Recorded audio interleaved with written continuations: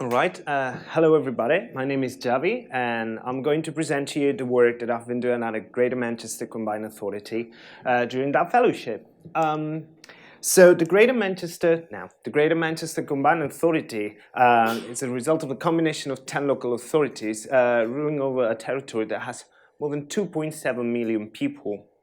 And it represents one of the most important and growing economies in the northwest of England, which now is facing a big challenge thanks to devolution, which means that they will have more control over their own budget.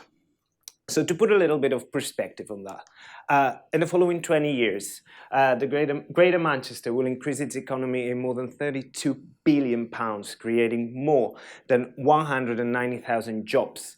And that will be achieved by shifting the economy towards higher value sectors that definitely will require the right skills for that. So the question is there, will Greater Manchester be able to supply the skills for the demand that they're expecting? So that's where data science kicks in. So thanks to data science, what we did was creating a model able to predict the supply in different sectors. So we targeted the most important sectors such as business, health, and manufacturing. But for tonight's talk, I'm going to focus on information and communication technologies, mainly because we're data scientists we're in here.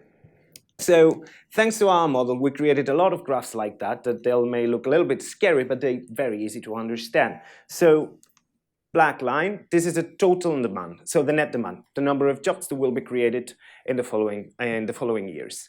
And this blue line here is the total amount of people that could potentially join that sector. And as you can see, over the past years, there's been more people than actually jobs. So what will happen in the future? So our model predicts that the number of people that could potentially join that sector will diminish until it will get to a point, 2019, in which there will be more jobs than actual people to cover them. So that raises our first red flag of the night. But that doesn't tell us anything about the skills of the people. So are they going to have high skills or low skills? So for that, what we did is take the total amount of people, separated them in 4 different groups, notional groups, from level 1 to level 4, being level 1 the low skills and 4 the highest skills. And what we saw is 2 different tendencies. So for the lower skills, level 1 and level 2, we see that over time, the amount of people will keep decreasing. And this is very interesting because both levels follow the same trend, which is actually kind of telling us that people that start courses at level 1, they will jump in a proportion to level 2, but the progression doesn't happen because level 3s and level 4s, they remain the same over the time, regardless of what happens to the low skill groups. So this is kind of telling us that people starting level 1, they jump into level 2, but they don't keep climbing the ladder, which is telling us, again, something that needs to be sorted by changing policy. And in addition, the performance of the sector, what it is expected in that sector, in information and communication technology, is that at least 50% of the people working have level 4s. And that's not exactly the picture that we are getting.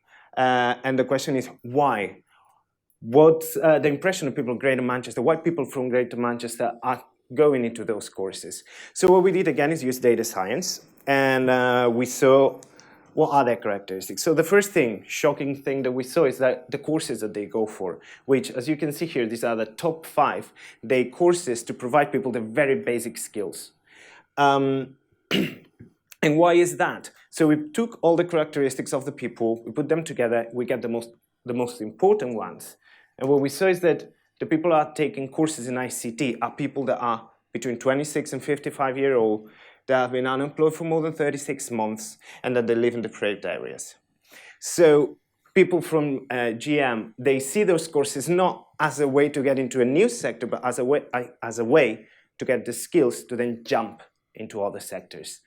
So thanks to data science, we can get an idea on where to make policy changing. So we need to incentivize that sector. We need to ensure progression, so people start on level 1, jump into level 2, 3s, and 4s. We need to promote higher education courses, and for further education courses, there's a need to target a broader group of people, not only the people that try to rejoin the labor market. And apart from this, I do want to highlight that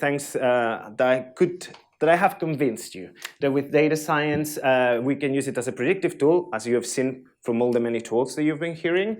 Data science helps to better understand the problems that we have, and in that particular case, data science helps to assess policymaking. Thank you very much.